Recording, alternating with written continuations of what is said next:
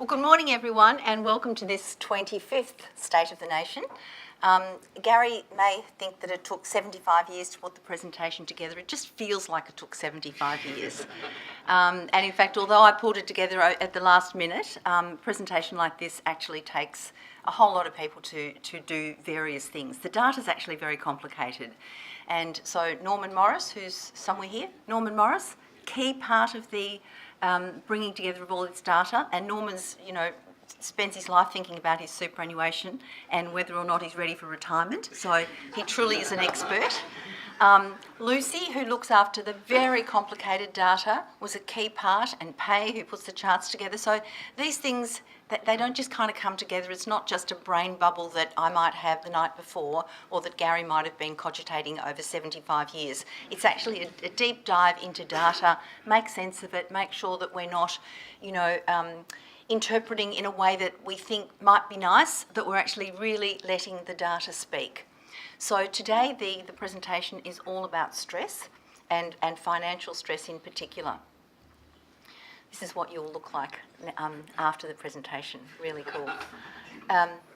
Before we actually get into that, we just look at the context. And the context really, the broad economic figures that come from the ABS show us that we're really in an environment with low inflation, low interest rates, compared to anything we've had in Australia. Obviously, they're a bit higher than the planned zero rates outside Australia. But generally, no growth, low growth is the environment that we're operating in. But we're also operating in an environment, despite that Australian consumer confidence is at a really strong high, not a record high, but the highest it's been at least since Malcolm Turnbull became Prime Minister and since a couple of years ago when Tony Abbott was at its highest. So consumer confidence, 121.8. It took a big hike last week. Probably the Olympic Games make us think about things like sport and fun and all those things rather than the economy. Business confidence is reasonable at 116, but down a little bit. And obviously those of you who've heard any of these presentations before will know that unemployment at 10.5% is a very high number. Real unemployment's 10.5, and then there's another 9% of the workforce underemployed. These are important figures. As Gary mentioned, if there were an election held today, Labor would actually win. The newly elected LNP government is sitting behind the opposition in the polls, in the Morgan poll, and government confidence is just over that magical 100 number. So not negative, but not super good. But look, there are many things that we think about politically, and I suppose with politics it's always fun. There's always something to worry about. But what I want to talk about today are two things that sort of, it doesn't matter which party is in power, these are really big, important risks for the nation, and they're big, important risks for people. So those are the things to do with financial risk. If we look at financial risk, there's all sorts of things. All these issues, and probably many more, relate to financial risk. They're all actually inextricably intertwined. The minute you try and pull one apart, it actually relates to all of the others. So what we're doing though today is to look at mortgage stress, the biggest borrowing that most households ever do, and we're going to look at the investor stress that relates particularly to retirement readiness. So superannuation, those sorts of investments, and the whole notion of whether Australia is or is not ready to fund its own retirement. As I said, the data's complicated. It comes essentially from data that has been collected probably over 75 years, but from the single source data where we interview 50,000 Australians each year, and we ask them incredibly detailed information about lots of things, but of greatest focus here is all of the financial data, all of the dollars that they have in various deposit forms, the dollars they have in various loans, and therefore their net wealth, and all of these kinds of things are drawn together from this massive survey that's used by all of the financial institutions. So, mortgage stress. I said this too, mortgage stress and the whole retirement thing. In my view, mortgage stress caused the global financial crisis. Like a little speck of sand in an oyster, it was worried, it was nurtured, it was covered up until it grew into a full-blown global financial crisis. Of course, at that time, there was a particular environment of greed, of creative financial packaging, probably what you might call institutionalised corruption, blind eyes, and a whole lot more, including a refusal to recognise and treat the massive levels of hidden unemployment in America. None of that's changed, so we really should be looking very closely at mortgage stress in Australia, and of course it's the same in Australia. We need to look closely at this and what might the tipping points really be. So first, the great Australian dream of owning your own home is in decline, while renting is on the increase. But the proportion of Australians with a mortgage paying off their loan is pretty consistent at around 30%. And that 30% represents almost $1 trillion in mortgage debt. So this is an APRA report, and it shows that there's now $927 billion, I think that's nearly $1 trillion. And what the chart shows is a kind of steady increase up until about 2015.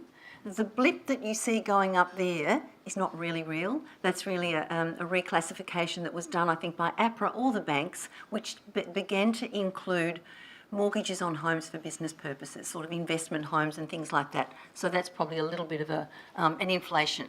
But it's still a big number and a big increase.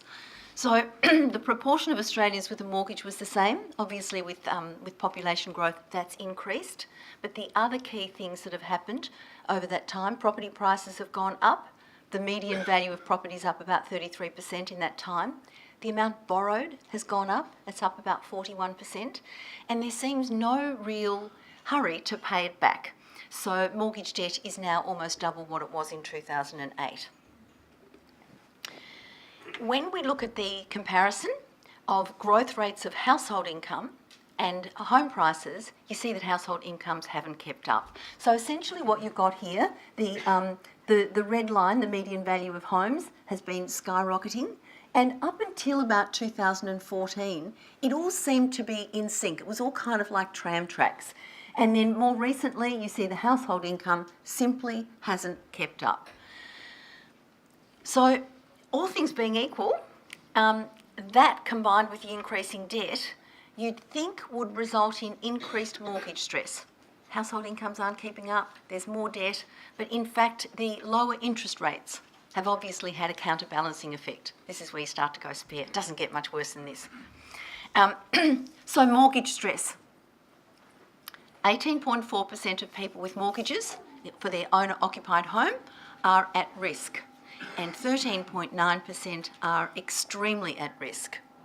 Now what that means is mortgage stress is it's a very complicated formula, but basically it's based on the ability of homeowners to pay off their loan based on the current interest rates and the amount of money that they're actually earning. So if you're earning an big salary, you'll be able to pay off a larger proportion of your salary can be put into a mortgage. If you're on a tiny salary, it goes down to about 20%. Now the difference between at risk, the red piece, the grey piece, 18.4%, that's sort of at risk of being able to pay off your loan the way that you'd be expected to pay it down over 20 years or so, really. The 13.9 is when it's getting really tough to even pay interest. So that's what those numbers are all about. And what you see here is that mortgage risk really peaked around 2008, May 2008, when the home loan rate was about 9.45%. And what we see, this one was up until April 16. Since then, in fact, interest rates have come down a little bit. They're now sitting at 5.25. So the number of people at risk would be 17.4 and extremely at risk probably 13.4. So there's clearly a relationship between interest rates. This is in fact an estimate of the impact on mortgage stress of interest rates. So no surprises, when interest rates go higher, you've got more people in stress, and as interest rates go lower, it comes down. But even with interest rates about 2%, you see that you've still got about 11% of mortgages will be in stress levels. So it's probably not surprising that things like interest rates, housing prices, and household income have a major impact on mortgage stress. That's sort of how it's calculated. So it's not surprising, that all makes a lot of sense. But when we look beyond those averages and sort of under the covers, there are some really surprising discoveries. Before I get on to that, I just want to make the point, chart's probably not brilliant, but it's this point, most of us operate in a world, whether we're in banking or research or marketing of any kind, we tend to look for that sort of 80-20 principle. Where's the 20% of people that represent the 80% of dollars? And let's go after the dollars. Follow the dollars, we always think about that. So when we look at that for home loans or mortgages, you find it's not 80-20, but still, at this end, the blue is actually the people, share of loans or share of mortgages, and you see at the bottom end, 24% of mortgages represent only less than 5% of the dollars. So, less than under 250,000 represents most home loans, but not that many dollars. At the other end, you've actually got something like 30% of loans representing the vast bulk of dollars. Keep that in mind. It's the same model, but when we remember that we're actually interested in people as well as dollars, that's a very important finding. So let's look beyond those interest rates to things like household income and employment. This is the big finding. And if you look at it, you may not be surprised. I have to say I was. We find here the major determinant of risk levels for mortgages is household income. And you see if your household income is under 60,000, and that probably means one person working or two people working part-time. If your household income's under 60,000, there's an 83% chance that you will be at risk with your mortgage, and there's a 69% chance that you'll be in that really extremely at-risk level. And it comes down very, very quickly until where you have household incomes over 150,000, it's almost non-existent. Now, I don't think in Melbourne we think of it like that. We tend to think about mortgage stress as our kids being able to afford a house. And we say it ourselves, and we hear people say, can't buy a house less than $1 million these days. Well, we're wrong. And the data shows really clearly the problem is at that very, very low income level. Mortgage stress in general is higher among low income households. We've seen that. Older Australians, people 60 plus, 34% of whom are at risk, 20% extremely at risk.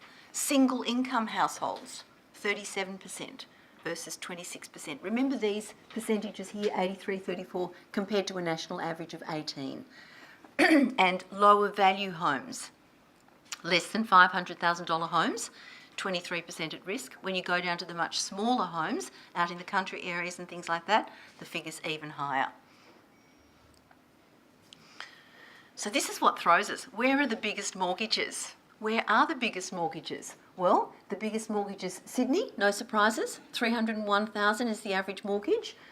Perth, 284,000. Melbourne, 269,000.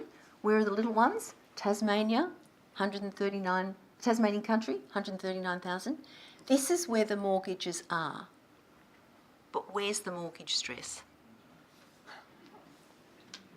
Tasmanian country. Look at it. The lowest mortgage and the highest level of mortgage stress. And places like South Australian country, and that hasn't even been hit yet. That is going to be skyrocketing. So places like Sydney and Melbourne, where the high value properties are, where the big mortgages are, is not where we're seeing the levels of stress. Really important, and I think an important mindset change for us to think about. And I'm just hoping, like crazy, that the government is actually aware of these figures. Knowing how hard it was to get them out of our computer, I bet they don't. So our analysis, no, I'm serious, it's actually really hard to play with dollars and loans and people and put it all together. We tend to forget, we tend to have a look at the dollars and then deal in averages. But all of the analysis points to the big risk being income. And loss of income, reduction in income is obviously a really, really big threat for mortgage holders. So we looked at this. Let me start simply. One income household, you would expect to have mortgage stress around 37%, big stress at 26%. More than one income, two income households, and remember 2 in 3 mortgages have more than one income behind it. The mortgage stress there is really low, about 9% or 7.8 extremely in stress. When we ran the numbers by saying, let's assume the second income, the lower of the two, is lost. Look at what happens to mortgage stress. it just skyrockets. Absolutely skyrockets. So that could be because someone loses their job. It could be the same sort of thing happens when people get moved from full-time to part-time work. It could, of course, happen through illness. People have babies and somebody steps down to look after the baby. But essentially, this is the precarious nature of the mortgage market, and it's just quite an extraordinary situation. Obviously, if both people lost their income, or if these people with only one income in the household lost that income, big deal. And in fact, what we see is the impact of losing an income is much greater than the impact of doubling the interest rates. Pretty big, important thing. We spend so much time, don't we, worrying about interest rates, but in fact, losing an income, worse than doubling interest rates. So I make the point here, beware of averages. We often think about these average figures and, comparative things, and we often say things like, look, all things being equal, an interest rate of this will do that. The problem is all things aren't equal generally, and there are already signs of pockets of real pain and pockets of where those averages break down. So for instance, this is a chart showing the amount outstanding on a loan compared to the average value of a property. So apart from being able to pay off your property, you're actually hoping that the amount that you've got borrowed on your property is less than the value of the property. Otherwise, it would be economically rational to walk out, which is probably what started the global financial crisis in Detroit, in my view. But here we see, look, generally kind of looks okay. The average value of property is always higher than the amount outstanding, so that's fine. On the other hand, when you look at the numbers and you drill down beneath the averages, we find something like, is it 6%? We find, 6% of mortgage holders are in a situation today in Australia where the value of their mortgage is very, very close to the value of their home. The value of their home might be a little bit higher, might be a little bit lower, pretty much the same, 6%. And when we look at it and start to break it down, it's highest in Western Australia, 8%, Queensland 7.8%, South Australia 6.3%, and I bet that one will be going north. New South Wales 5.3% and just under 5% in Victoria. So you need to drill down, but what you'll find is, there'll be country areas where those numbers are just completely reversed. So that's the important thing. We're looking at averages, and that's kind of reasonable, but once you find pockets where this risk is so great, it actually can start something incredible. And obviously major company closures in an area, particularly where the workers are relatively low income, can just have that incredible concentrated effect. So that's mortgage stress. Got a handle on that. The second one, second big important thing for Australia and for people is the adequacy of our retirement funding, whether it's if Australia can do it or whether it's if we individually are ready for retirement. And there's all this talk about the fact that we've got, fewer and fewer, with an ageing population, fewer and fewer working people paying for the retired population. Let me tell you, we haven't seen anything yet. Literally, that is still to come. And I say that by just looking at, it's not just an idle threat, although I could well do that. It's when we look at the data and we look at work status. The simple story is this. If we look at 8 years ago and we look at now, roughly 60% of the population are employed and roughly 19% are retired. Slightly less, 18.9 up to about 19.3. This is not a huge movement yet. It will come with the baby boomers. But let me just make a couple more points on this chart. Although the employed population's about the same, down a tiny bit, the real change is here. Fewer people working full-time, more people working part-time. That's big. In dollar terms, that's huge. In these areas, it means so much. You can't prepare for your retirement if you're working part-time. Much more difficult. The other thing that's really interesting, and it's not so much to do with retirement except in a broader sense, and that is we have more people looking for work today compared to 8 years ago, and we have fewer people in this non-working category. Given up, I don't work, I just choose not to work, not retired, but this category.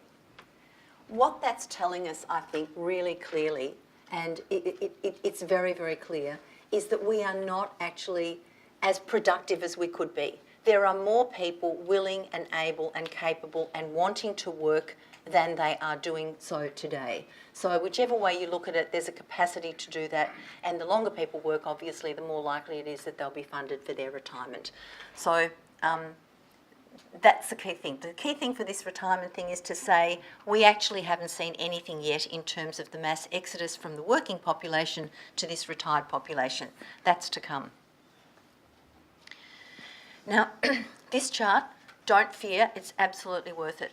What it's doing is actually representing, apart from people's homes, their kind of life stage and where their financial situation's at. So what you find, it's really easy when you're kind of 14, you've got no wealth and you've got no debts and, you know, it's somebody else's problem. Vote communist. And you can vote communist. And after this session, I suspect everyone will vote communist, except perhaps Hugh. So 25 to 39, you're already starting to build up some assets. Your gross wealth will be up here around 100, but you're also starting to build some debt. So your debt here is purple. So you've probably got, on average, about 25 grand of net wealth. And then as you get older, you're building more wealth, but you build debt until about 40 to 54. Then your debt comes down, your super goes up, and your gross wealth continues to go up broadly till 60 to 64. That's the situation today. That's the situation today given the status of superannuation. It will change, and it does change with super. Had we looked at this chart 20 years ago, it would have been very different because those super lines, and we've actually combined here superannuation and pensions and annuities. Obviously, once you retire, your super starts to move into other places, but for simplicity, we've done that. So keep that in mind. This is the life stage, the life cycle of wealth and our budget, I suppose, as we go through life. I now want to look at three groups of retirees when we look at the whole retirement market. You've got people who are already retired, you've got people who are intending to retire in the next 12 months, and you've got those people who are of an age that they will retire fairly soon, whether they know it or not. So let's have a look at them. And bearing in mind the stats, the ASFA estimates that an individual will need about $545,000 to retire on. Couples, they say, about $640,000, and there's obviously a lot of discussion about whether those numbers are still relevant in terms of superannuation and taxation and things, but they're kind of headline numbers. When we come to retirees, there's 3.8 million people who are retired. Their average age is 71 and a bit, but the ages vary quite widely. As you can see here, you know, a whole range of different ages, right down to people who are perhaps even as young as 30s. So the discussion about how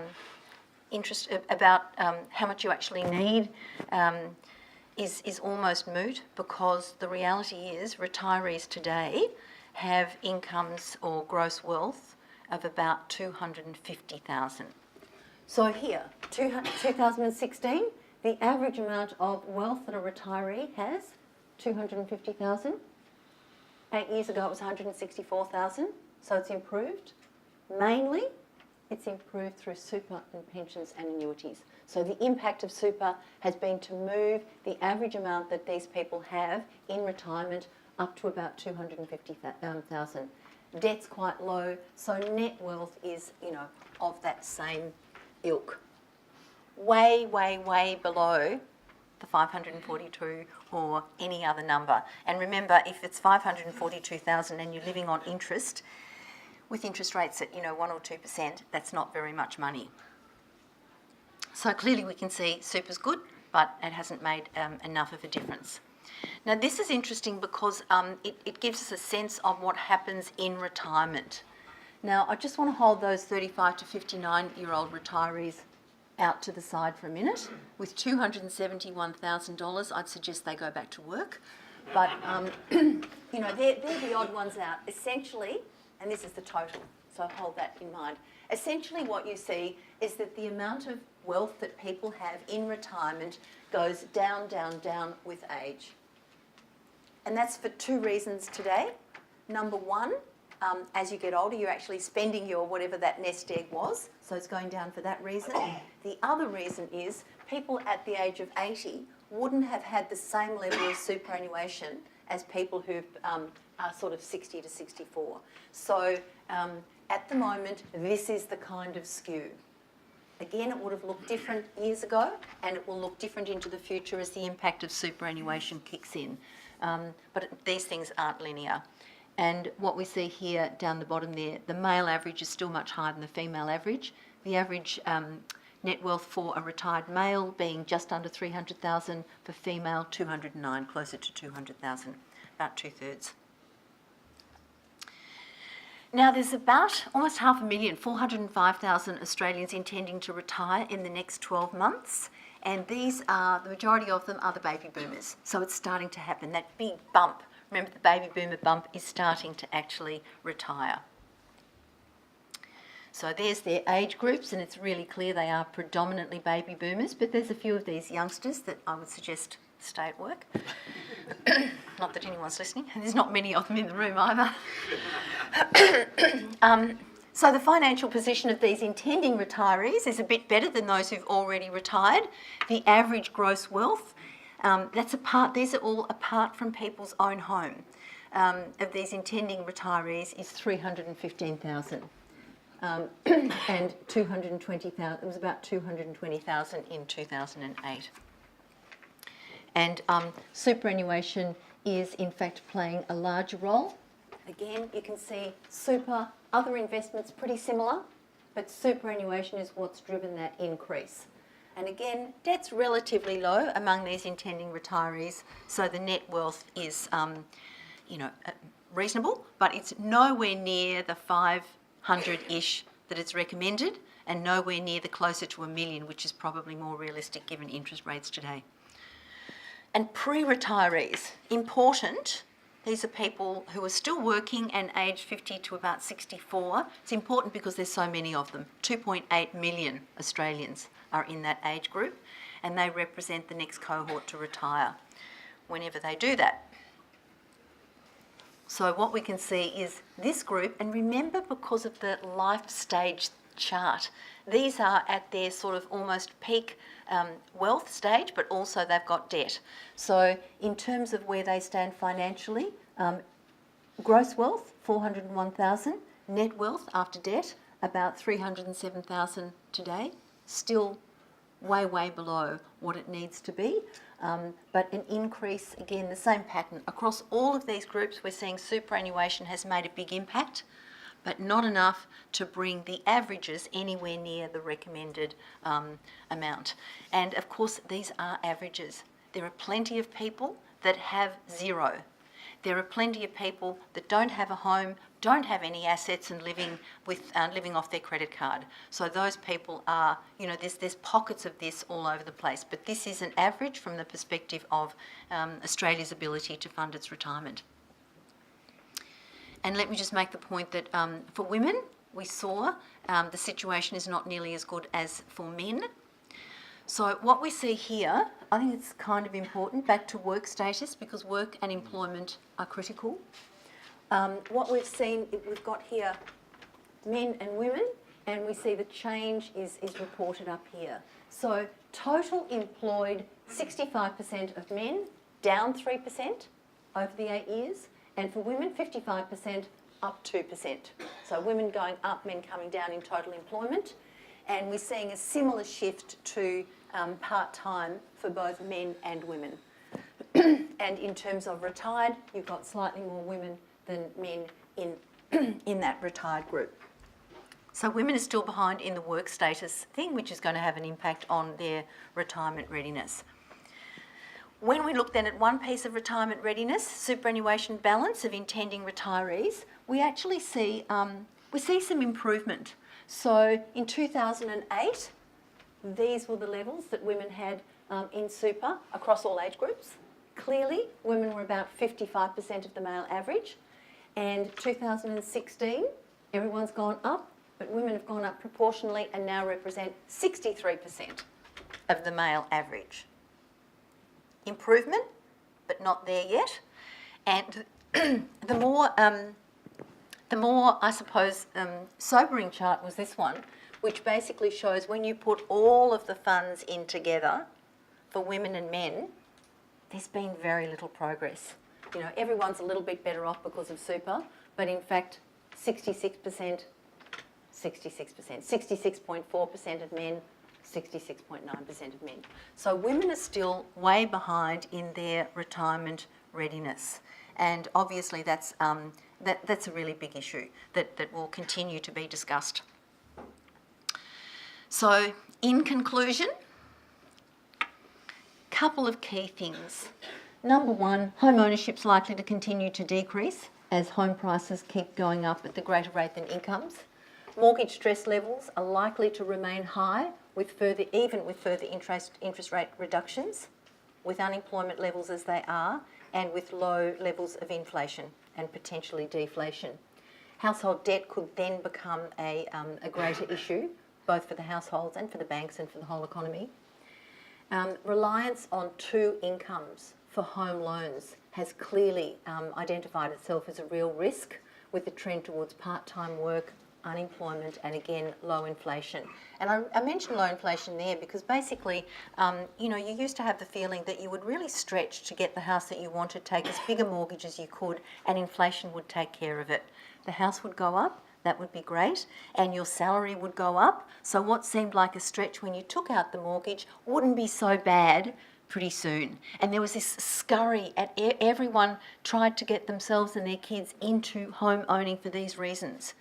Just note, if there's no inflation, if wages aren't going up, none of that happens. What it means is that you just landed with the same size debt, and then when you stop and have a baby, it's really hard. Someone gets sick, it's really hard. Someone loses their job, it's really hard. So it's bringing all of these things together that is the real kind of picture of risk. We saw that mortgage risk is highest among poorer people. We're also seeing that it's related to this. It's higher among those areas outside capital cities, definitely outside Canberra. And I mention that because, we in Melbourne don't feel mortgage risk like people who are living in country Tasmania or country towns in Victoria who are feeling it. And if you're in Canberra, you also don't feel it. You have to look at the numbers, and I will show these numbers to people in Canberra, but you don't feel it. You don't experience a low house price, almost negligible mortgage if you're on a big salary. But if your salary is 50 grand, it's huge, and we're not seeing that. When it comes to super and savings and readiness for retirement, we see superannuation's gone up, but it's still really inadequate to cover retirement funding, and particularly, again, with this low interest rate environment, because clearly you need more to retire on if there are low interest rates. So that's a really big double whammy. Female retirement making some gains, but nowhere near enough. And the other point that was interesting, and Norman made this point, because as I said, he's always thinking about his super, is that people have lots of money outside superannuation, and that may or may not be wise. It may be that they don't understand, don't trust, the whole system's not working as adequately as it could, but we saw that's about half and half, wealth being some in super and some not. So finally, I think in an essence, there are a couple of real risks. Traditional measures of mortgage stress were not designed for this environment of deflation. Even the measures, what the banks and everyone's tracking, weren't designed for deflation, and they may not also adequately cover the changing nature of consumer spending and cost structures.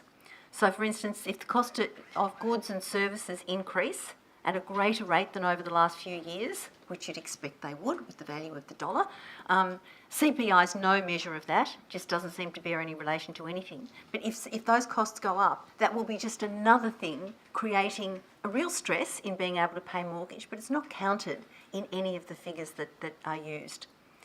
The big wild card, the biggest wild card for mortgage stress is unemployment. As I said earlier, if you lose your job, if one person in the household loses their job, it has a bigger impact than interest rates doubling. So unemployment is the real issue, and of course underemployment does the same thing to a slightly lesser degree.